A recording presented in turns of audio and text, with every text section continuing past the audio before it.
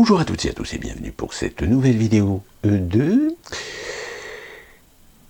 Le titre, évidemment, revient sur l'actualité parce que c'est l'actualité, mais le titre de cette vidéo, l'Ukraine, entre guillemets, les coulisses, c'est pour essayer de vous donner un ensemble d'informations, un ensemble de supports, dont je vous mettrai les liens dans les descriptions, pour mieux comprendre les rouages qu'il y a derrière. Parce que forcément, aujourd'hui, force est de constater que dans les conversations, plus particulièrement concernant l'Ukraine, on est souvent confronté à des opinions plutôt galvaudées, plutôt simplistes de surface.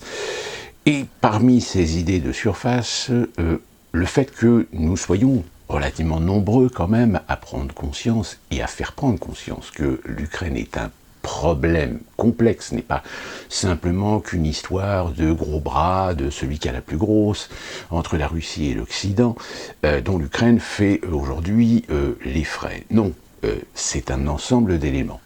On en a déjà parlé, les interventionnismes, les actions de l'OTAN. On nous a parlé de ce soi-disant documents qui promettaient à la Russie de ne pas voir l'OTAN s'étendre. Il n'y a pas de document, il y a des paroles, il y a peut-être des promesses, mais des promesses qui ont été faites de façon verbale, mais rien n'a été concrétisé. C'est-à-dire qu'aujourd'hui, il n'y a aucun traité, il n'y a aucun texte officiel, je dis bien officiel, qui aura été signé, contresigné par les différents intervenants, engageant l'OTAN à ne pas s'étendre. C'était mal connaître, on va dire, les États-Unis et leur besoin d'impérialisme, leur besoin d'imposer leur modèle à l'échelle du monde dans ce fameux plan de nouvel ordre mondial, dont les États-Unis, je le rappelle, ne sont pas les investigateurs, mais des acteurs, je veux dire même des outils. Et puis, dans les conversations, quand des fois on amène le problème, alors, il y a actuellement Anne-Laure Bodel qui, de par ses interventions, a quand même ouvert un petit peu les esprits de certains pour se dire qu'en effet, il est très mal placé de voir des gens aujourd'hui manifester contre la guerre. Alors, ce qui est assez amusant, c'est qu'on commence à voir un petit peu des sémantiques se changer en contre la guerre, mais pas contre l'invasion russe, mais contre la guerre. La perception est un peu différente. Tout simplement parce que aller chercher le sentimentalisme, aller chercher les hypersensibles, rendez-vous compte, les Ukrainiens, les civils, les femmes, les enfants, regardez ces réfugiés, ils sont aujourd'hui 1 million à venir dans les pays pour trouver la paix, pour fuir la guerre. Avec le sous-entendu évidemment, c'est la faute des Russes. Sauf que tous ces gens qui sont hypersensibilisés, qui aujourd'hui interviennent, soutiennent, etc., il y a une question qu'ils n'aiment pas avoir. C'est si aujourd'hui vous prenez conscience, si aujourd'hui vous êtes ému, si aujourd'hui vous êtes interloqué par la situation des Ukrainiens, pourquoi vous ne l'avez pas été depuis ces 8 dernières années avec le Donbass? C'est-à-dire, qu'est-ce qui donne plus de légitimité à des Ukrainiens sous le joug d'une attaque russe, d'être pris en considération plutôt que les Ukrainiens majoritairement russophones, qui depuis 8 ans se prennent des bombes, des tirs, des snipers dans la tronche depuis 8 ans. Et là, évidemment, ça coince. Ça coince tellement qu'au bout d'un moment, il y en a certains qui vous disent « Oui, mais de toute façon, les mouvements nationalistes, néo-nazis, c'est de la science-fiction, c'est de la fake news, ça n'existe pas. Ou alors, si ça existe, c'est quelques individus. » Eh bien, ces gens-là, je peux vous donner une information, je peux même vous donner un document qui contredira complètement ces personnes.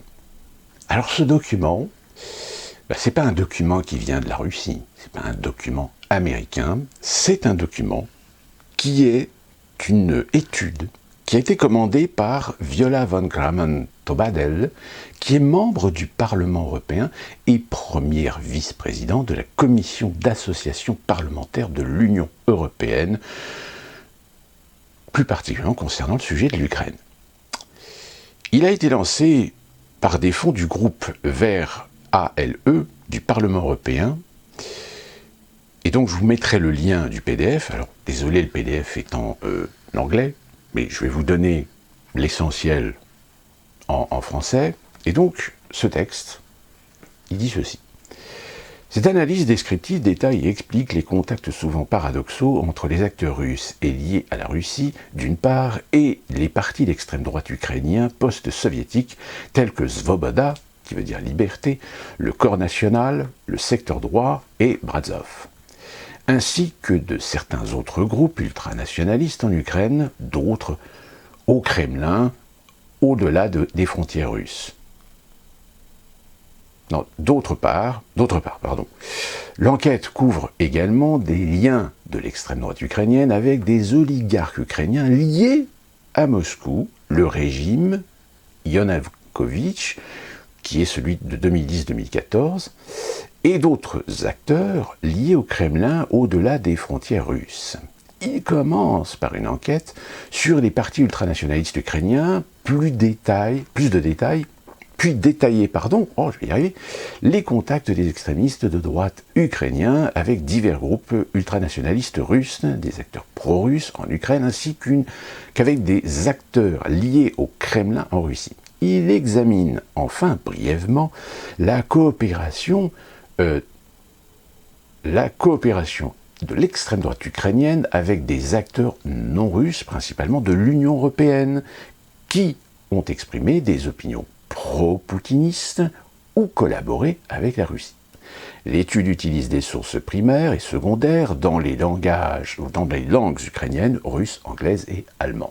Ces sources comprennent des articles de presse, documents de partis, interviews, analyses précédentes et enquêtes par des agences telles que Bellingcat. L'introduction et les conclusions proposent une contextualisation historique et une interprétation politique de cet aspect paradoxal de l'évolution de l'extrême droite ukrainienne. Cette enquête retrace l'histoire récente et les causes possibles des contacts entre ce qui semble être deux forces antagonistes et antinomiques, les groupes ultranationalistes ukrainiens et les acteurs, associations et institutions russes ou pro-Kremlin. La principale ligne de démarcation est le nœud du profond conflit entre les nationalistes russes et nombreux nationalistes russes pour ce qu'ils perçoivent comme une question ukrainienne ouverte. De nombreux Russes, pas seulement des ultranationalistes, pensent qu'il n'y a pas d'ethnie ukrainienne correctement développée, unie et suffisamment distincte. Ainsi, des partis, la plupart ou la totalité de l'Ukraine, devraient être officiellement ou radicales russes, acceptent pleinement et respectent correctement. Non, devraient être officiellement ou officieusement annexés à la Russie, autant pour moi, comme la Crimée et certaines parties du bassin du Donetsk, actuellement Lugansk et la République de Donetsk, l'été en 2014. Seules certaines factions sélectionnées au sein du nationalisme radical russe acceptent pleinement et respectent correctement l'Ukraine en tant que nation séparée et distincte de la Russie, et reconnaître sa souveraineté politique ainsi que des frontières internationalement reconnues. Petit aparté, c'est vrai que les mouvements ou les idées nationalistes russes, voire néo-nazis, mais c'était plus nationaliste que néo-nazis, ont commencé à émerger en Russie dans les années 80, lorsque la Russie a commencé vraiment à accélérer son déclin, finalement. Et d'ailleurs, on retrouve ces mouvements-là dans un cinéma qui a commencé un petit peu à s'ouvrir un peu plus à l'échelle internationale.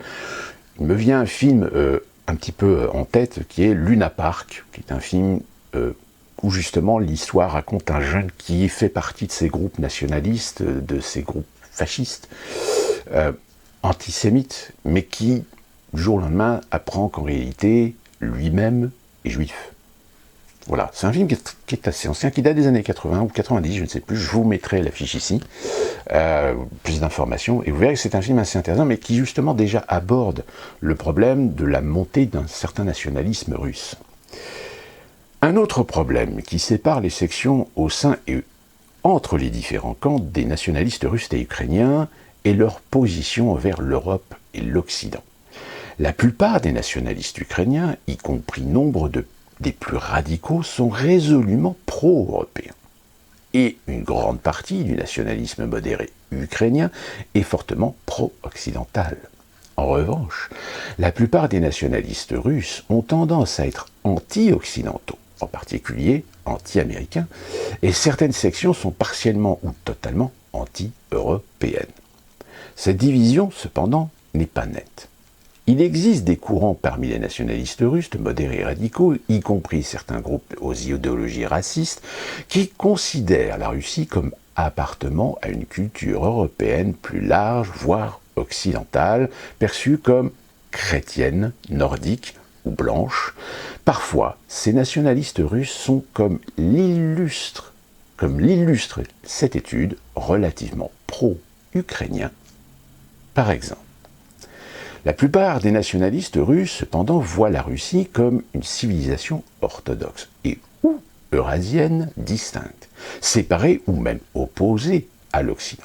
En revanche, les nationalistes ukrainiens sont largement orientés vers l'Ouest plutôt que vers la Russie ou d'autres pays de l'Est, à l'exception partielle de la Géorgie, souvent considérée comme un proche allié de l'Ukraine. Puisque c'est vrai que la Géorgie, de par son histoire, fait partie un petit peu du giron russe, historiquement parlant. Cette diversion dans les perspectives étrangères crée une tension supplémentaire entre les nationalistes russes et ukrainiens qui pourraient autrement être en mesure de trouver un langage conceptuel commun.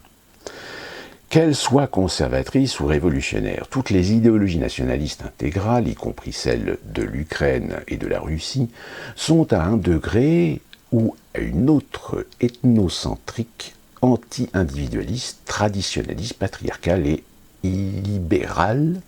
Ainsi, ils ont tendance à être structurés de manière similaire et ont des points d'accord potentiels qui peuvent conduire à une coopération transnationale, ou même à une organisation conjointe. Pourtant, les visions du monde nationaliste russe et ukrainien sont différentes, non seulement et pas tellement dans leur substance idéationnelle, mais aussi philosophique. Comme indique la plupart des nationalistes ukrainiens et russes, sont en conflit fondamental concernant leurs perspectives géopolitiques plus larges et leurs aspirations territoriales. De nombreux nationalistes russes ne respectent pas les frontières ou l'indépendance de l'Ukraine. Ils adoptent également une position sceptique, voire antagoniste, à l'égard de la civilisation occidentale et dans une moindre mesure de l'idée européenne. De l'autre côté, il y a des nationalistes ukrainiens qui, surtout après les événements de 2014, revendiquent des parties méridionales de la Fédération de Russie pour l'Ukraine. Il n'est donc pas étonnant qu'il y ait beaucoup d'animosité entre les nationalistes russes et ukrainiens. Malgré une impossibilité apparemment fondamentale de coopération, plusieurs contacts ont eu lieu entre certains groupes ukrainiens de droite radicale et des acteurs pro-Kremlin russes ou non russes. Certaines relations remontent de l'effondrement de l'URSS en 1991, et dans cet article, nous illustrons différentes formes, motivations et spectres d'interaction paradoxale de ces pôles supposés opposés dans la géopolitique est-européenne. Nous énumérons non seulement les faits pertinents de leur coopération, mais essayons également d'expliquer pourquoi et comment une telle collaboration, pour la plupart contre-intuitive, est devenue possible, et dans certains cas, s'est poursuivie avec la révolution de la dignité, ainsi que début de la guerre russo-ukrainienne en 2014. Alors, je passe sur le reste parce que c'est plutôt des détails. On va passer directement à ce qui constitue aujourd'hui le paysage ukrainien d'extrême droite en 91. 91, c'est la date, c'est l'année de l'indépendance de l'Ukraine. L'Ukraine post-soviétique a une famille de partis d'extrême droite bien développés sur le plan organisationnel et idéologique, mais électoralement faibles. Les germes du spectre des partis d'extrême droite ukrainiens ont commencé à émerger dès la fin des années 80. Comme je vous l'ai dit tout à l'heure, les années 80, l'effondrement, le déclin de l'Union soviétique va fissurer, on va dire, la capacité du Kremlin, la capacité du KGB, la capacité de la puissance russe à maintenir ces pays satellites, et dans ces pays satellites va commencer à y avoir beaucoup de remue-ménage. Le plus exemplaire et le plus significatif, ça a été évidemment la Pologne, souvenez-vous pour ceux qui ont connu avec Solidarność. Dès la fin des années 80, ils ont depuis donné naissance à un éventail de groupements et d'alliances différents. Malgré leur émergence précoce et leur présence continue, les performances des partis et alliances d'extrême droite dans les scrutins nationaux ont été largement catastrophiques.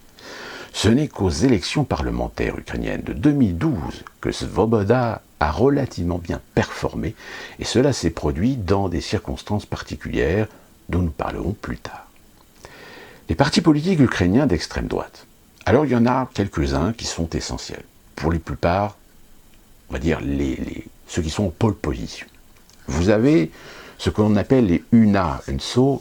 Les UNA, c'est Assemblée nationale ukrainienne, et UNO, c'est Autodéfense nationale ukrainienne.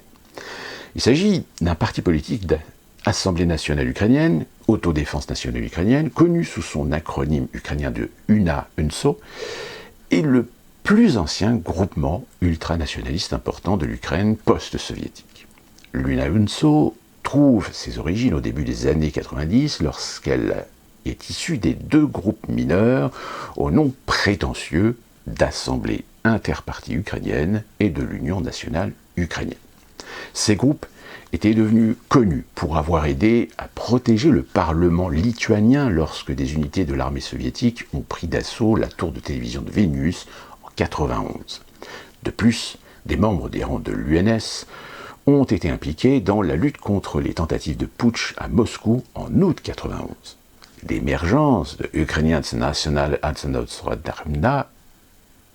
Bonorona, Autodéfense nationale ukrainienne, UNSO, a résisté aux forces pro-soviétiques de Kiev, protégeant les réunions du mouvement indépendantiste ukrainien.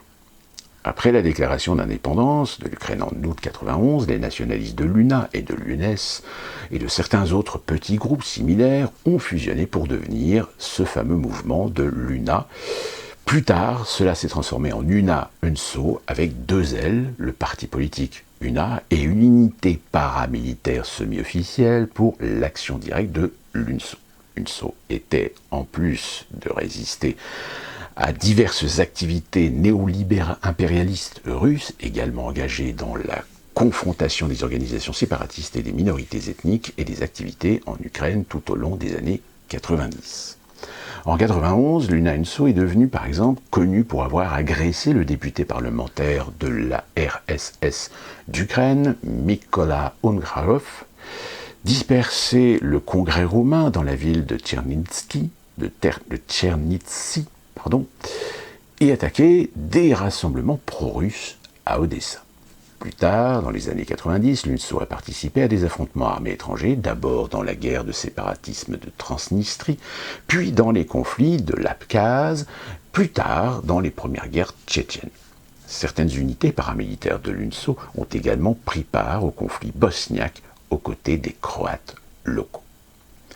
Pendant les conflits Transnistrie, au début des années 90, l'engagement de l'UNSO à l'étranger avait pour but de protéger la communauté ukrainienne de la rive gauche de la Moldavie. Ce faisant, deux unités paramilitaires de l'UNSO ont fini par combattre aux côtés des séparatistes russes contre l'armée moldave. Ainsi, que ce soit intentionnellement ou non, les ultranationalistes ukrainiens ont fonctionné comme des alliés situationnels des forces liées à Moscou en Transnistrie et ont même indirectement collaboré avec la 14e armée de l'URSS, plus tard une partie des forces armées de la Fédération de Russie. Cet épisode a été l'un des premiers exemples de coopération ultranationaliste ukrainienne indirecte avec une action néo-impérialiste russe. La position de l'UNSA-UNSO dans la guerre civile en Moldavie était encore plus étrange compte tenu de ses actions concurrentes pendant le conflit armé d'Abkhazie en Géorgie. Là, à la même période, l'UNSA et l'UNSO a soutenu Tbilissi en combattant aux côtés des Géorgiens contre les séparatistes Ashkabaz pro-russes. Par exemple, le 15 juillet 1993, un groupe armé irrégulier de l'UNSO appelé Argo a rejoint la bataille contre les troupes russes près du village de Starouskino. Il s'agissait peut-être du premier affrontement armé sur un champ de bataille entre les paramilitaires ukrainiens et les forces régulières russes au cours de la période post-soviétique. Étrangement, il s'est produit à peu près au même moment où d'autres militants de l'UNSO se trouvaient en Transnistrie, soutenant officiellement la communauté ethnique ukrainienne contre le gouvernement moldave, en collaborant aussi indirectement avec les séparatistes pro-russes en Moldavie. L'UNSO a présenté son idéologie comme un programme de nationalisme civique, où les membres de la nation politique ukrainienne sont identifiés par leur affiliation à un État particulier et non pas à leur appartenance ethnique.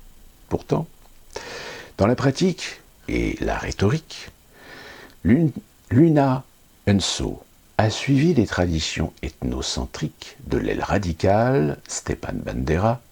Alors Stepan Bandera, je vous le mets ici, c'est un maître à penser que d'ailleurs même aujourd'hui certains médias, quand ils font leurs analyses, etc., font volontairement un oubli de ce monsieur. Connu sous le nom de Una Pupa, le premier chef de l'UNA-UNSA a été Yuri Bohdan Chokobevich, né en 1933, le fils de Roman Chokobevich, l'ancien chef légendaire de l'UPA, qui est mort au combat en combattant le régime soviétique. Les dirigeants de l'UNSO ont affirmé qu'ils suivaient la tradition militaire de l'UPA et certains participants de l'UNSO sont finalement devenus membres des partis radicaux aux idéologies ethno-nationalistes plus explicites. Vous voyez déjà, vous avez déjà un mouvement là où c'est très ambigu. Et cette ambiguïté, elle existe toujours. Elle existe toujours parce que ces mouvements, on pense qu'ils veulent défendre une idée nationale, ethnique, ukrainienne, alors qu'en réalité, ils défendent une idéologie beaucoup plus lointaine. L'idée d'une ethnie russe, mais pas russe par rapport à la Russie, mais russe dans sa globalité, d'où l'expression de la mère de toutes les Russies. Et ce sont des gens qui défendent cette idée que l'Ukraine doit être le berceau de l'empire russe. Et pas Moscou, pas la Russie actuelle. C'est pour ça que certains se retrouvent, alors que ce sont en surface des gens qui sont peut-être antagonistes, alors qu'en réalité certains d'entre eux. Vous voyez ce que je veux dire? Donc vous voyez déjà, là ça devient compliqué. Évidemment, c'est pas Arte, c'est pas LCI, c'est pas CNews, c'est pas BFM, c'est pas CNN ou ABC ou la BBC qui vont vous expliquer ce genre de détails. Vous avez aussi, alors lui un peu plus connu, qui est Svoboda. Le parti qui est devenu plus tard Svoboda a été créé le 13 octobre 1991 à Lviv sous le nom de Parti social national d'Ukraine, le SNPU. Il était en grande partie basé à Galice, dans la Galice orientale, et fondé par des représentants des branches locales de l'organisation des anciens combattants afghans, le groupe de jeunes nationalistes Spadechina, qui veut dire l'héritage, présidé par Andrei Paroubi, qui deviendra plus tard président du Parlement ukrainien en 2016. Enfin, de 2016 à 2019. La fraternité étudiante de Lviv, dirigée par Oleh Tianibok, et le groupe paramilitaire Varta Rubko, qui veut dire garde du mouvement, dirigé par Yuri Krigruchko, et Yaroslav Andreyevski, qui a été le premier dirigeant du SNPU. En 2004, le SNPU a été rebaptisé Union pan-ukrainienne, Svoboda, qui veut dire liberté, et a élu Tianibok comme son nouveau président. Le parti a généralement obtenu de mauvais résultats aux élections législatives nationales. Cependant, en octobre 2012, il est passé à la Verkhovna Rada, c'est-à-dire au Conseil suprême, ce qu'on appelle plus vulgairement la Rada d'ailleurs, avec 10,44% des voix dans la partie proportionnelle du vote, dont plus de détails dans un tableau que vous retrouverez dans le document. Cela reste aujourd'hui de loin le meilleur résultat électoral national d'une organisation d'extrême droite dans l'histoire post-soviétique de l'Ukraine. Au cours des années 90 et au début des années 2000, le parti, lorsqu'il s'appelait encore SNPU, était principalement engagé dans des activités non électorales en Ukraine occidentale. Par exemple, ses membres faisaient du piquetage devant les bâtiments du Verkhovna Rada, devant la Rada donc, protestant contre les problèmes de langue et de culture. Ils ont également fourni des services de sécurité pour le patriarcat de Kiev, de l'église orthodoxe ukrainienne, entre autres, comme d'autres partis d'extrême droite ukrainiens de l'époque. Le SNPU avait son propre groupe paramilitaire, les Patriotes d'Ukraine, qui a été officiellement dissous lorsque le SPU a été refondé sous le nom de Svoboda. Le Patriote d'Ukraine est réapparu plus tard avec une nouvelle direction et une nouvelle organisation, plus à ce sujet un peu plus tard. Svoboda a commencé à acquérir une notoriété nationale peu de temps après que les politiciens pro-russes, comme Viktor Yanechko, ont remporté les élections présidentielles en 2010. Parti des régions et en faveur de la langue et de la culture ukrainienne, en 2012, Svoboda était l'un des principaux organisateurs des manifestations contre la loi pro-russe de Kikalov-Kolinchko, un nouveau projet de loi linguistique associé aux politiciens pro-russes Sergei Kaliov et Vadim Kiremenko, qui permettait jusqu'en 2018 à la langue russe d'être utilisée comme deuxième langue d'État dans certaines régions. Ça, c'est important. Donc, vous voyez, en 2012, ils voulaient déjà réguler et rendre officielles plus ou moins les deux langues, c'est-à-dire pour permettre aux deux langues de cohabiter. Un peu comme ce que je vous avais donné aux États-Unis. Aux États-Unis, il n'y a pas de langue officielle. La langue usuelle, c'est l'anglais, mais vous pouvez très bien utiliser la langue espagnole, ou voire même demander des documents de l'État fédéral ou de l'État même dans la langue. Évidemment, il ne faut pas demander une langue qui n'existe pas. Si je demande des documents en breton, comment on appelle ça, la langue bretonne, le braise, voilà, si je demande en braise ou en catalan, évidemment, ils ne vont pas avoir. Il faut quand même demander des langues courantes, internationales. Et ça, c'est donc jusqu'en 2018. D'accord ? En tant que nouveau député, Tyahnybok est devenu l'un des leaders des manifestations d'Euromaidan en 2013-2014. Et Svoboda avait quelques ministres dans le premier gouvernement post-Euromaidan en fin 2014. Pourtant, puisque je rappelle à l'époque, lorsque Yanechko et Poroshenko a été élu président, le gouvernement s'était énormément appuyé justement sur un ensemble de mouvements nationalistes, et c'est pour cette raison que dans le gouvernement, on a retrouvé des membres de Svoboda. Et enfin, pourtant, le parti avait déjà gaspillé une grande partie de sa réputation et de sa popularité à ce moment-là. À la suite des élections législatives de l'automne 2014, Svoboda a perdu ses représentants au sein du gouvernement ukrainien et de sa faction de Verkhovna Rada, redevenant un parti d'opposition largement extra-parlementaire, avec une présence politique notable uniquement dans les parlements régionaux et locaux de Galice orientale. Donc s'ils avaient gagné plus ou moins des personnalités dans le gouvernement, ils avaient perdu finalement leur représentation au Parlement. Et enfin, vous avez le mouvement Azov et le Corps national.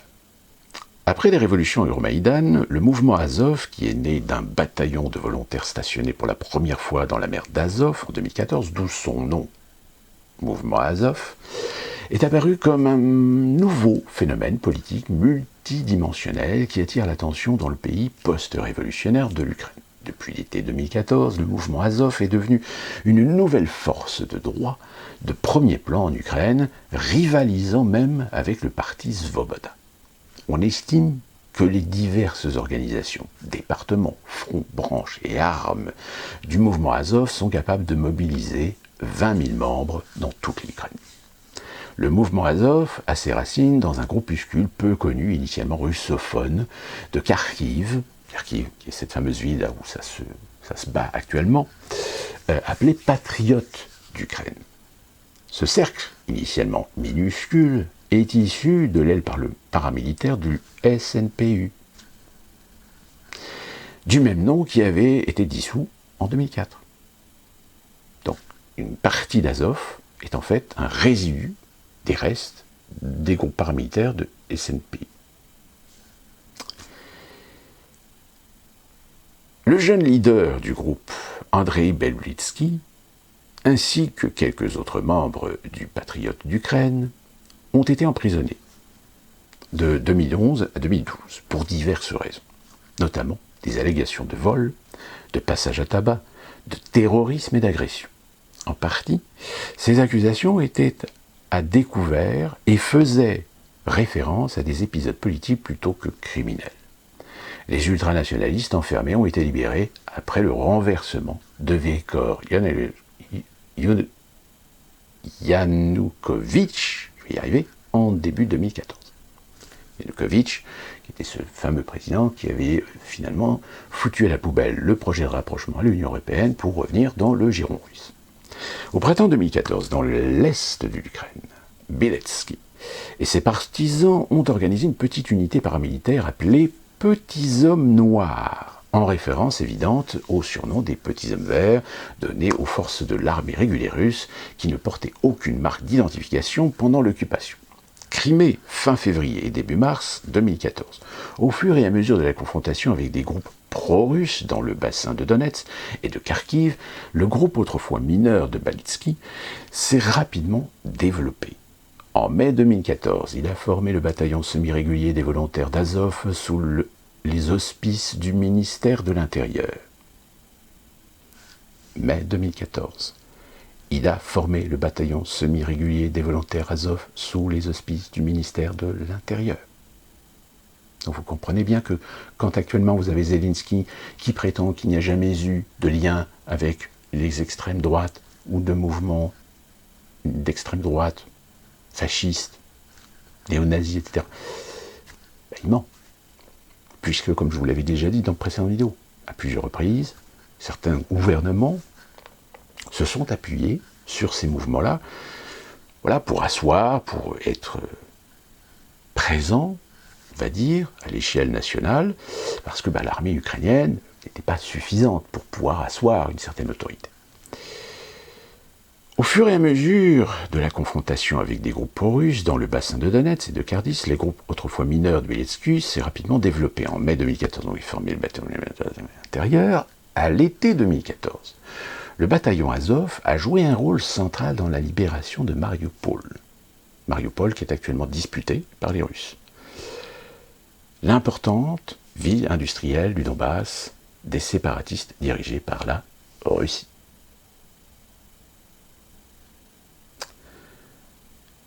À l'automne 2014, le bataillon était devenu une unité paramilitaire, voire militaire, professionnelle, bien connue et a été transformé en régiment Azov, entièrement régulier à la garde nationale, sous la tutelle du ministère de l'Intérieur de l'Ukraine. Il a depuis été considéré comme l'une des formations armées les plus capables d'Ukraine. Les commandants du régiment affirment qu'ils opèrent désormais selon les normes de l'OTAN. À l'hiver 2015, des vétérans et des volontaires du régiment ont créé le corps civil d'Azov et ont ainsi commencé à étendre leur groupement politique et à un mouvement social aux multiples facettes. En 2016, Bieletsky a formé le parti politique Corps National, attirant des membres du corps civil d'Azov et des vétérans du bataillon et du régiment d'Azov. En janvier 2018, une ramification du mouvement Azov, l'organisation de justiciers non armés National Squad, est devenue une sensation médiatique ukrainienne après avoir organisé une marche publique au flambeau visuellement impressionnante. D'autres sous-organisations et branches du mouvement Azov ont émergé depuis 2014.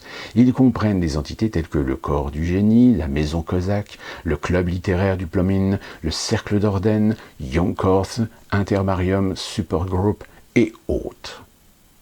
Tout en étant partiellement indépendants, les fronts et sous-unités du mouvement Azov partagent des positions de base sur certaines questions politiques, coopèrent étroitement les uns et les autres et acceptent Zelensky comme le chef officieux de toute la coalition. En conséquence, Azov est désormais un mouvement sociopolitique multidimensionnel qui se développe dans diverses directions. Bien qu'initialement éloigné des autres groupes d'extrême droite ukrainiens, Azov depuis 2016 a commencé à coopérer avec d'autres ultranationalistes ukrainiens. Au printemps 2019, le Corps national a rejoint une alliance électorale de plusieurs partis d'extrême droite ukrainiens sous l'égide organisationnelle de Svoboda pour les élections législatives anticipées de juillet 2019. Cependant, même cette liste unifiée de l'extrême droite ukrainienne n'a obtenu que 2,15% dans la partie proportionnelle des élections et n'a donc pas franchi la barrière des 5% d'entrée au Parlement. Donc vous voyez, vous avez une organisation qui prend énormément d'importance sur le plan militaire, sur le plan stratégique, sur le plan idéologique, mais qui, lorsqu'il est confronté à un processus démocratique, mais finalement ne représente rien auprès de la population. Et pourtant, encore une fois, déséquilibre. Cependant, même cette liste unifiée de l'extrême droite ukrainienne a obtenu, la coalition ultranationaliste n'a pas non plus remporté le siège dans la partie majoritaire de l'élection et n'a donc pas obtenu de mandat officiel en Ukraine. Alors que l'actuel Parlement ukrainien compte plusieurs membres qui se sont décrits comme des nationalistes, un seul des 423 députés nationaux de la Rada, Oksana Zatchnouk, de l'Obslat d'Ivano-Frankivsk de Galice orientale, est aligné sur l'extrême droite ukrainienne, à savoir sur Svoboda. C'est-à-dire que sur les 423 députés, il y en a un seul qui est représentatif du parti d'extrême droite Svoboda. Bien qu'il se soit officiellement allié à Svoboda et à d'autres depuis 2016, le mouvement Azov reste un phénomène idéologiquement et institutionnellement spécifique au sein du spectre politique ultranationaliste de l'Ukraine et contient des branches qui professent des opinions atypiques à l'extrême droite ukrainienne traditionnelle. Par exemple, certains membres d'Azov n'épousent pas une perspective chrétienne orthodoxe, mais un intérêt pour le paganisme. Le mouvement Azov est mené de nombreuses actions de Russes semi-politiques dans les grandes villes et les petites villes d'Ukraine, telles que les rassemblements contre les fermetures d'une université de Zvotisvody ou dans le plast de Dmipropetrov. Une autre question mobilisatrice majeure concerne divers problèmes écologiques à travers l'Ukraine. Néanmoins, il y a des rumeurs selon lesquelles le mouvement Azov était lié au ministre ukrainien de l'Intérieur entre 2014 et 2021, Arsen Azakov. Et il existe des preuves de lien entre le mouvement ukrainien des vétérans dominé par Azov et le ministre des anciens combattants. Néanmoins, depuis 2014, le profil public du mouvement est celui d'une force d'opposition résolue, engagée dans des affrontements avec la police et une mobilisation politique contre le gouvernement. Le bataillon ou régiment Azov a été particulièrement actif dans le recrutement d'étrangers pour combattre dans l'est de l'Ukraine. Tiens donc, parmi tous les combattants étrangers présents dans le Donbass, il peut y avoir jusqu'à 3000 citoyens russes qui ont combattu dans la guerre russo-ukrainienne aux côtés de l'État ukrainien. Donc vous voyez, si on dit souvent qu'il y a le côté pro-russe et le côté pro-ukrainien, en réalité, c'est beaucoup plus compliqué, puisque vous avez des Russes qui sont pro-ukrainiens, comme vous avez des Ukrainiens qui sont pro-russes. Vous suivez ?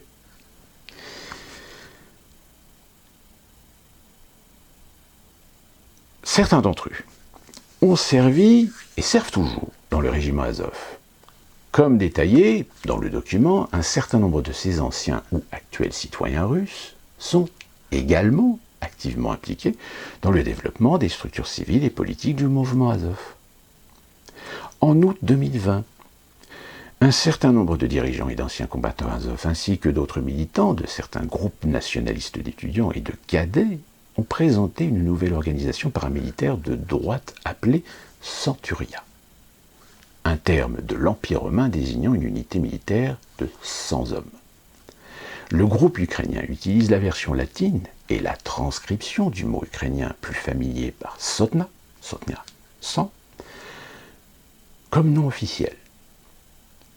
Sur fond d'images de légion romaine, Centuria a tenu sa première présentation publique avec Igor Miyalenko l'ancien chef des escouades nationales du mouvement Azov, comme principal orateur. Cette décision signalait que les escouades nationales avaient été remplacées par Centuria. Le site web de Centuria a annoncé que leur organisation représente un groupe de jeunes organisés basés sur la vision d'un monde de l'État ukrainien et de la tradition européenne. Depuis 2020, Centuria a été impliqué dans diverses activités publiques telles que la participation à la marche annuelle du 14 octobre à Kiev, en honneur de l'UPA, des rassemblements contre l'exploitation forestière illégale, des audiences sur des militants de droite et la promotion du patrimoine médiéval de l'Ukraine. Ainsi, l'organisation reproduit l'activisme de son prédécesseur, les escouades nationales. Bien qu'ils ne soient pas officiellement subordonnés au corps national, la plupart des membres de Centuria sont liés au mouvement Azov. Centuria se décrit comme un groupe de guerriers de la lumière et de l'ordre dans la lutte contre l'ennemi intérieur de l'Ukraine. Alors que les anciennes escouades nationales se faisaient passer pour une milice non officielle chargée de l'application de la loi, Centuria a une gamme d'intérêts plus ouverts et est principalement engagé dans des activités anti-russes dans toute l'Ukraine. Par exemple, à Lviv en août 2020, des militants de Centuria ont attaqué Mikhail Spira, un observateur politique russe, et en octobre 2020, ont bloqué un rassemblement à Vinnytsia pour le parti pro-russe Shari. L'une des actions les plus importantes du mouvement à ce jour a été de soutenir 16 condamnés, principalement à Kharkiv, qui ont attaqué un bus en 2020 transportant l'organisation de jeunes Ukrainiens pro-russes de la députée Yala Kiaya, patriote pour la vie. Depuis lors, les actions de soutien aux nationalistes condamnés de Kharkiv ont constitué la majorité des actions de Centuria. Il y a également eu des nouvelles attaques contre des acteurs pro-russes, dont l'une a conduit à des affrontements de masse le 21 septembre 2020 à Odessa. Centuria utilise des accessoires militaires et prépare ses membres au service militaire. Il forme ses propres groupes de défense territoriale, dupliquant en fait le fonctionnement d'unités similaires au sein des réserves des forces armées ukrainiennes. Le nombre de membres de l'organisation est actuellement inconnu, mais est soupçonné de correspondre ou de dépasser la force de son prédécesseur, les escouades nationales Azov, qui comptaient, rappelons-le, environ 1000 membres actifs. Et enfin, vous avez le fameux Private Sector, le secteur droit. Le secteur droit a été créé à la fin 2013, lors des premières manifestations d'Euromaïdan, en tant qu'organisation fêtière informelle de plusieurs groupes d'extrême droite politique et paramilitaires mineurs. Pendant environ 6 mois, jusqu'à mi-2014 environ, il semblait que le Private Sector, donc le secteur droit, devenait un concurrent sérieux de l'ancien parti Svoboda. Le secteur droit est devenu célèbre lors des événements de janvier-février 2014 dans la capitale ukrainienne, lorsque son dirigeant, alors Dmytro Zayarov, a pris la responsabilité publique des affrontements avec les forces gouvernementales dans la rue de Yurechivsky, dans le centre de Kiev. La confrontation, là-bas, a été une escale clé dans le développement des protestations. Cependant, au-delà d'une grande visibilité publique, notamment via les médias russes et pro-russes, le degré d'impact substantiel de l'extrême droite sur l'émergence, le progrès, l'escalade et la conclusion des manifestations sont des questions contestées parmi les chercheurs de ces événements. Avec le début de la guerre, dans l'est de l'Ukraine, le secteur droit a formé le corps ukrainien des volontaires, qu'on appelle le DUK, une petite unité militaire irrégulière pour laquelle le terme corps est hyperbolique. En 2015, le secteur droit a affirmé publiquement avoir près de 20 000 participants actifs, une exagération apparemment énorme, puisqu'en réalité le nombre total des membres permanents impliqués dans le mouvement décentralisé était environ plusieurs centaines d'hommes et quelques femmes. En 2014, le nom de secteur droit était devenu une étiquette de marque populaire pour plusieurs petits groupes qui émergeaient à travers l'Ukraine, même si certains n'avaient pas grand-chose à voir avec Right Sector, le secteur droit d'origine, dont le siège était à Kiev. Dès le début, le secteur droit a été publiquement discrédité par un certain nombre d'événements locaux, tels qu'un affrontement armé à Mukachevo en 2015, lorsque plusieurs membres de sa branche locale ont été impliqués dans une fusillade avec un groupe criminel local. Plus tôt en mars 2014, l'ancien chef de branche de secteur droit dans l'ouest de l'Ukraine et criminel condamné Oleg Konozietsko, également connu sous le nom de Chasko Billy, a été abattu lors d'un affrontement avec la police. Dans les années 90, Billy faisait partie des volontaires paramilitaires de l'UNSO en Tchétchénie et était depuis recherché en Russie. En 2015, l'organisation d'origine s'est scindée lorsque son leader politique et populaire, Dmytro Yarov, a démissionné de la tête du secteur droit. Il a fondé son propre micro-groupe appelé Statist Unitive and Dmitry Yarov. Son départ a conduit à une marginalisation du secteur droit qui n'a depuis plus eu de dirigeants imminents. Alors qu'il était très présent dans les médias de masse ukrainiens, russes et occidentaux en 2014, le secteur droit n'est aujourd'hui même pas mentionné dans les nombreux sondages d'opinion et lorsqu'il est répertorié ne suscite qu'un soutien minime de la part des répondants. Néanmoins, le secteur droit est resté un parti enregistré et opérant ces dernières années en étroite collaboration avec Svoboda, le corps national et d'autres structures de droite. Et enfin, on inclura également d'autres petits groupes très marginaux qui viendront s'incrémenter par opportunisme ou par lien idéologique avec ces mouvements d'extrême droite essentiels. Là-dedans, évidemment, ce rapport de l'Union européenne essaie d'occulter un petit peu les côtés néo-nazis que l'on peut retrouver idéologiquement parlant dans un certain nombre de ces groupes. Donc vous voyez que les groupes d'extrême droite, même si dans la représentation démocratique, n'ont jamais réussi véritablement à percer, même s'ils ont eu un temps des représentants dans les gouvernements ukrainiens, il n'en reste pas moins des réseaux d'influence, des réseaux omniprésents, et surtout en ce moment, au sein de l'armée ukrainienne, le groupe Azov, le mouvement Azov, n'est pas négligeable à considérer sur une part de responsabilité de la situation actuelle, surtout quand on sait que ce melting pot, finalement, de guerriers n'ont eu de cesse d'agresser, n'ont eu de cesse d'attaquer, en inversion totale avec les accords de Minsk II, le Donbass. Et cela, pas seulement que depuis l'année dernière, mais depuis 2014. Depuis le moment où le Donbass et le Luhansk ont décrété leur sécession de l'Ukraine. Donc, on comprend que ce qu'on est en train de voir actuellement dans les médias est complètement de parti pris et est complètement faussé de A jusqu'à Z. Alors très rapidement sur ces mouvements, vous avez par exemple le C14. Le C14 c'est un groupe néo-nazi qui a été créé en 2009 à Kiev par Even Karas. Il se compose de quelques centaines de membres, principalement des jeunes hommes et femmes. La lettre C ou S de son nom, selon différents décodages, ferait référence au terme d'un fort forestier cosaque, Sik. Le chiffre 14 est le code d'une citation tristement célèbre du suprémaciste blanc américain David Eden Lane, qui a inventé le slogan en 14 mots. Nous devons assurer l'existence de notre peuple et un avenir pour les enfants blancs. Il était également connu pour avoir attaqué le groupe LGBT+, et leurs partisans lors des défilés de la fierté de Kiev en 2015, de 2015 à 2018.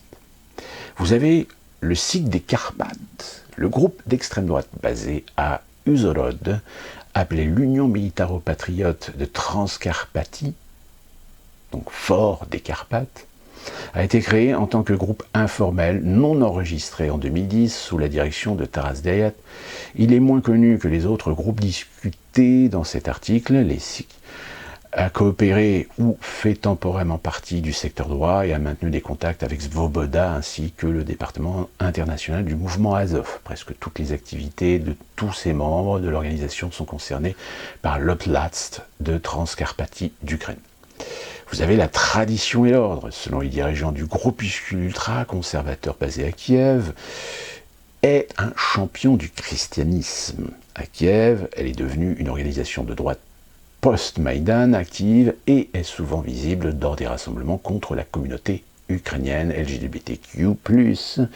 Tradition et ordre affirment également avoir une unité paramilitaire irrégulière. Donc vous voyez, c'est des petits groupes, mais vous le savez aussi bien que moi, c'est pas parce que le nombre est petit que leur importance et leur influence est à négliger. Preuve en est, c'est qu'en règle générale, souvent, les dictatures sont basées sur le fanatisme d'une minorité qui foutent la pression, qui font la terreur sur la grande majorité. Malheureusement. Interaction des ultranationalistes d'Ukraine avec les acteurs russes. Les discours nationalistes ukrainiens post-soviétiques sont souvent bruyamment et radicalement anti-russes. Pourtant, l'ultranationalisme ukrainien et russe s'est développé après la chute du rideau de fer et dans le contexte de tendances d'extrême droite plus larges et interconnectées d'Europe de l'Est, pan-européenne ou mondiale. Ainsi, il existe des similitudes dans les idées, les concepts et les tactiques de ces mouvements idéologiques transnationaux et réseaux organisationnels transfrontaliers, qu'ils soient fondamentalistes, ultraconservateurs, néo-nazis, identitaires, pannationalistes ou autres. En conséquence, il y avait et il n'y a pas seulement un certain intérêt mutuel entre les groupes respectifs russes et ukrainiens. Parfois, cela a également conduit à des contacts et même des collaborations entre des sections des deux mouvements ultranationalistes. Donc, vous voyez, c'est pas juste la Russie de Poutine qui attaque l'Ukraine, c'est la Russie de Poutine qui lutte aussi contre des vieux démons au sein même de la Russie.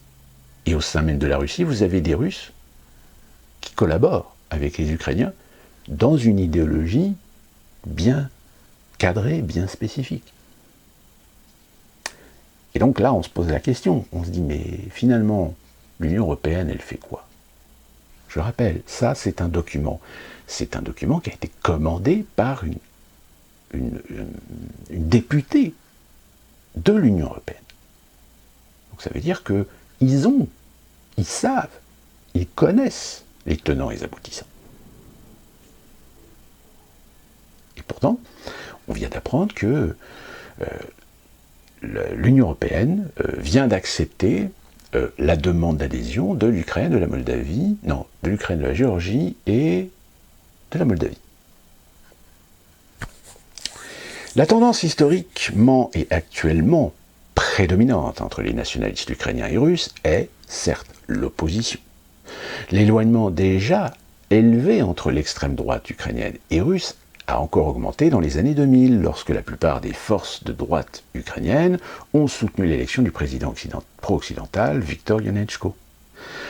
Pour l'extrême droite russe, le soutien ultranationaliste ukrainien au cours pro-occidental de Yushchenko, ainsi que sa deuxième épouse, née aux États-Unis, liée à la diaspora, Catherine Yushchenko, sont devenus des sources supplémentaires d'irritation.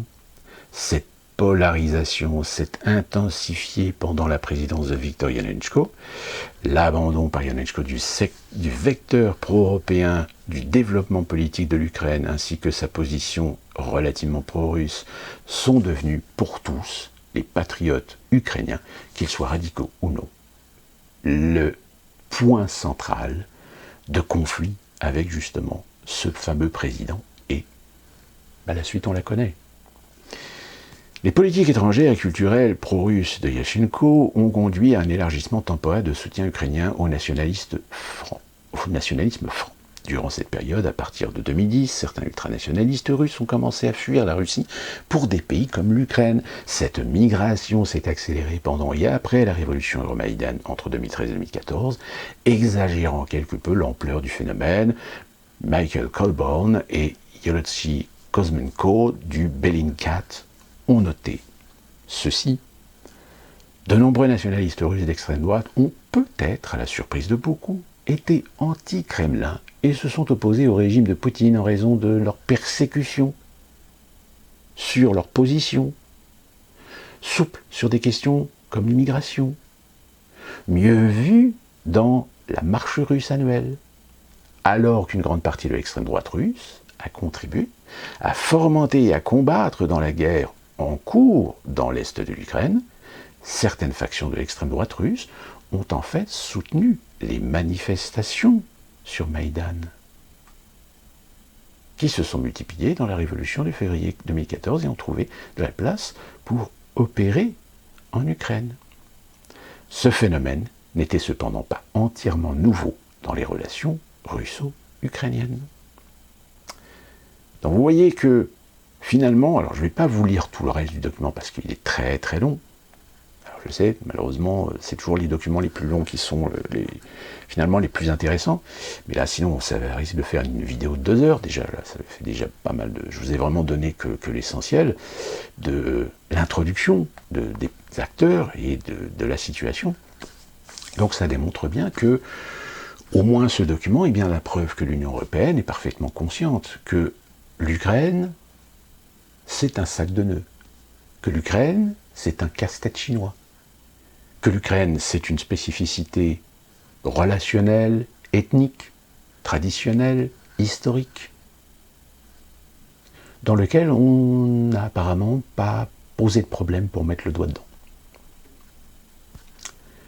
Donc, aujourd'hui, 3e négociation qui est en cours entre la Russie et l'Ukraine. Poutine ne démord pas sur 2 points essentiels intégrés dans la constitution ukrainienne, de ne pas intégrer l'OTAN. Et deuxième, justement, couper les liens, que ce soit militaires, politiques et idéologiques, avec ces mouvances, et plus particulièrement les mouvements néo-nazis. Je le rappelle, les mouvements nazis, néo-nazis sont en effet très infimes, mais sont plus ou moins instrumentalisés, utilisés par des mouvements d'extrême droite. Donc, si vous voulez, même si Poutine joue peut-être un peu sur la proportion, comme je vous l'ai dit, la proportion ne détermine pas l'influence. Et encore une fois, pour ce que des gens expriment ouvertement dans leurs idées, combien d'Ukrainiens pensent la même chose, mais n'osent pas le dire, n'osent pas l'avouer. Donc vous voyez, c'est une situation qui est extrêmement compliquée, qui est extrêmement complexe. Donc j'espère que vous aurez la chance de pouvoir récupérer ce document, de le lire attentivement. Si vous avez besoin d'un traducteur, vous pouvez utiliser le traducteur Google, qui peut éventuellement, ou même si vous avez l'option sur votre ordinateur, vous pouvez afficher le document et faire traduire en français. Vous verrez, il y a des fiches explicatives pour ça, ce qui vous permet justement de pouvoir traduire en français les sites en grande majorité, quand ce sont des sites avec des langues étrangères. Ça fonctionne plus ou moins bien. Des fois, il faut remettre un petit peu... vous avez pu constater qu'il y a des fois des petites expressions, etc., qui sont un peu branque-ballantes, mais bon, après, il faut refaire tout le texte pour refaire une bonne traduction, etc.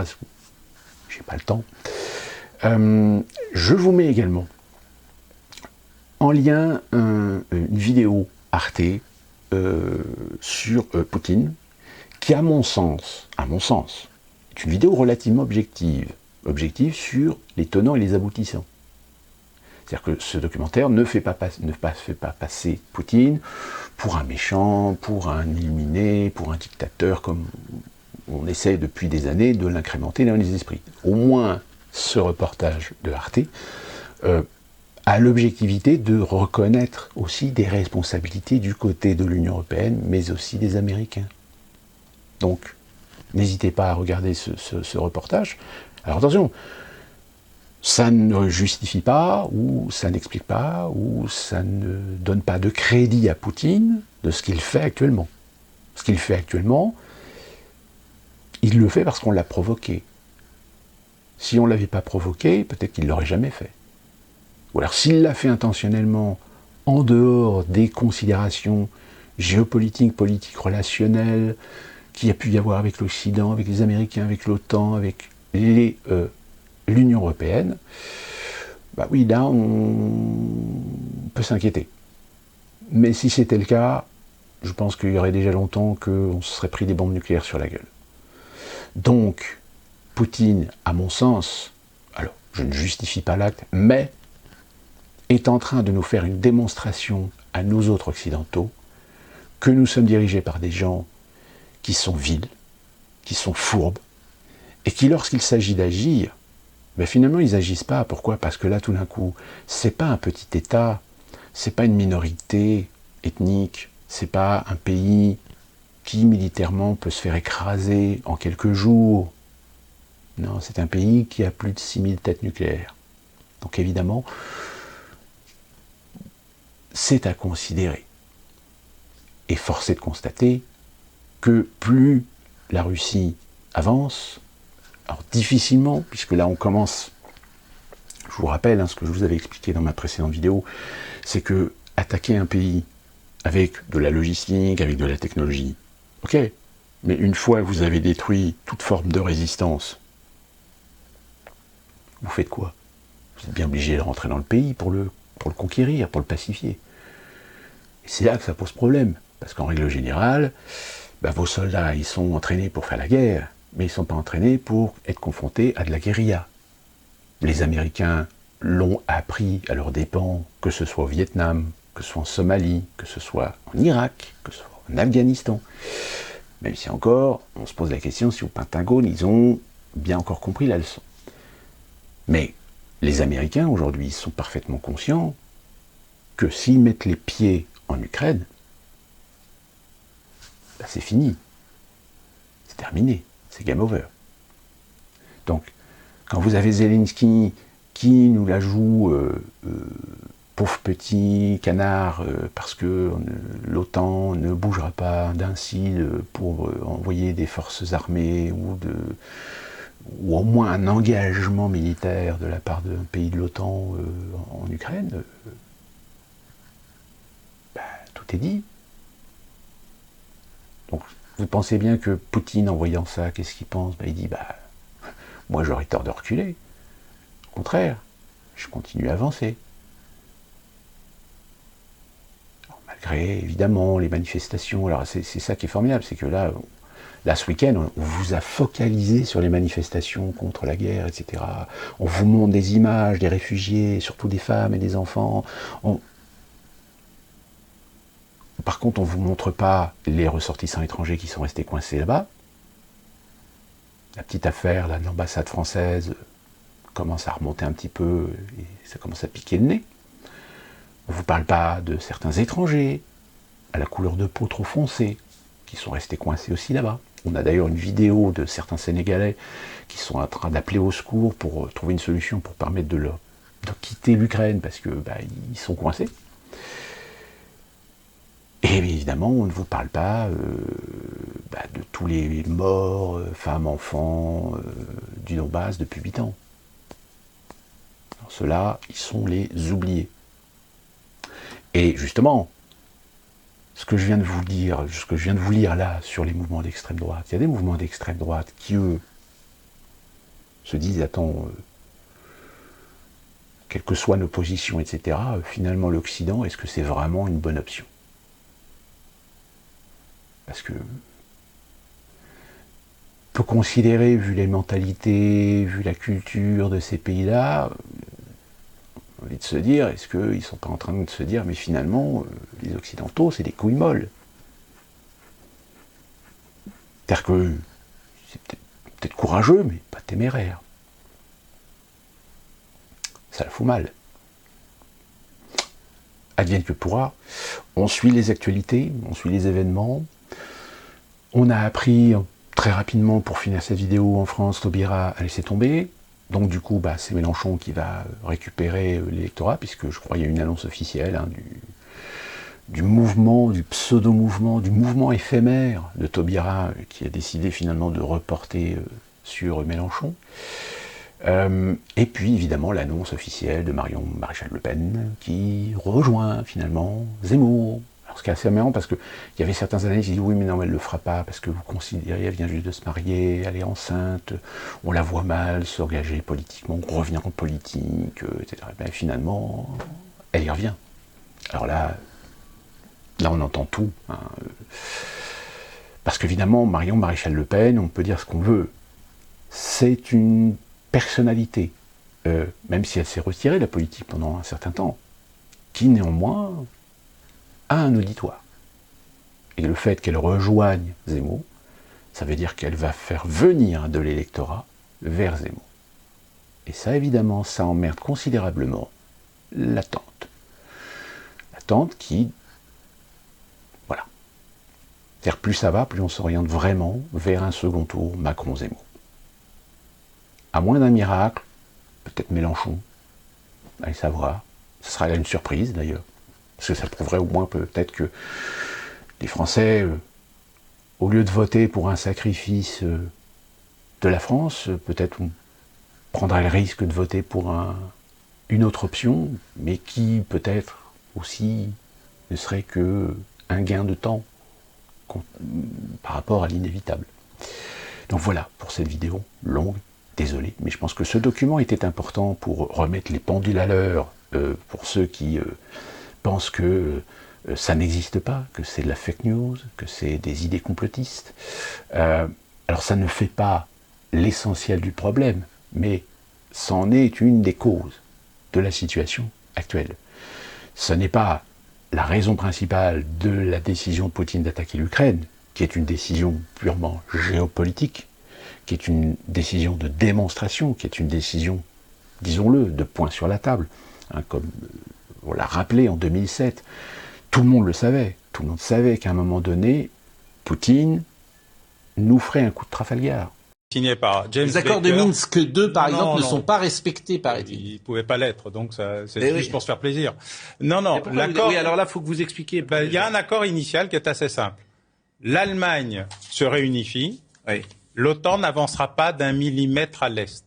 L'OTAN n'avancera pas d'1 millimètre à l'est. Ça, c'est les accords de Minsk. Non, c'est 1990, James Baker, dans un dialogue avec Gorbatchev, puis Eltsine. L'OTAN n'a pas respecté cet accord, pour des raisons différentes, et donc en 7 vagues d'adhésion. Bon. Donc ça, c'est la responsabilité de l'OTAN. Historique, oui, des États-Unis d'Amérique.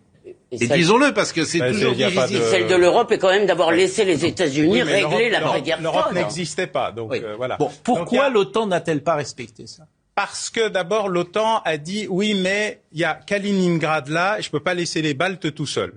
Et les Russes ont dit ouais, les Baltes c'est pas vraiment nous. Il y a beaucoup de russophones, mais bon, on comprend. Ils ont rien fait, rien.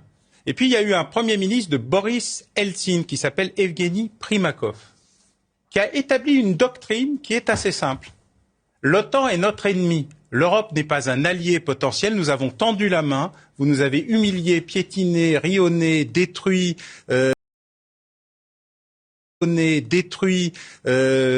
ruinés.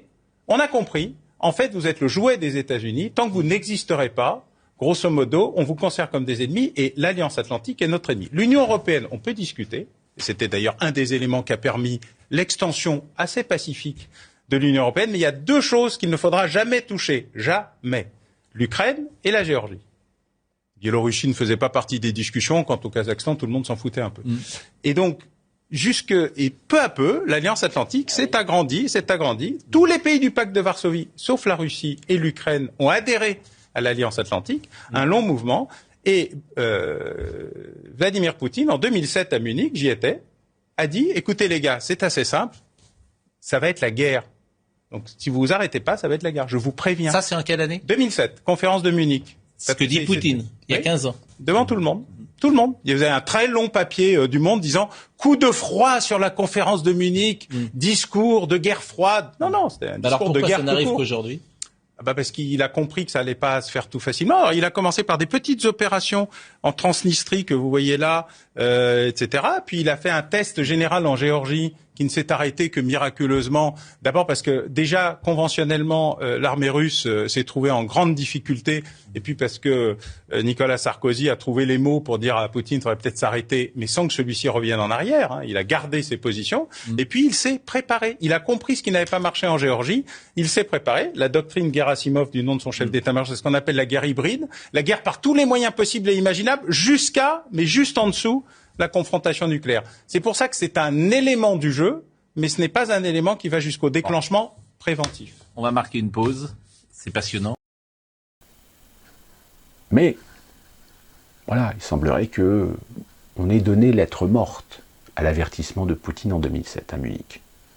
Et d'ailleurs, je vous invite à regarder le reportage de Arte parce que justement, ils font référence à cette intervention qui a été pourtant un point central, qui a été décisif, qui était déjà un message envoyé à l'Occident en disant écoutez, puisqu'apparemment vous me chiez dessus, ok, vous voulez jouer à ça, on va jouer. Sur ce, bon courage pour la suite, portez-vous bien, et faites vos réserves, parce que quand je vois que l'essence est déjà atteint 2 €, nous signés aux États-Unis, ça y est, on va atteindre les caps des 4 $ le gallon, mais on est encore en dessous de chez vous. Mais oui, je pense que ce que je vous ai dit dans ma dernière vidéo, à la fin de ma vidéo, tout à la fin de ma vidéo, faites des réserves. Parce que les matières premières, ça va poser un problème. Sur ce, à la prochaine.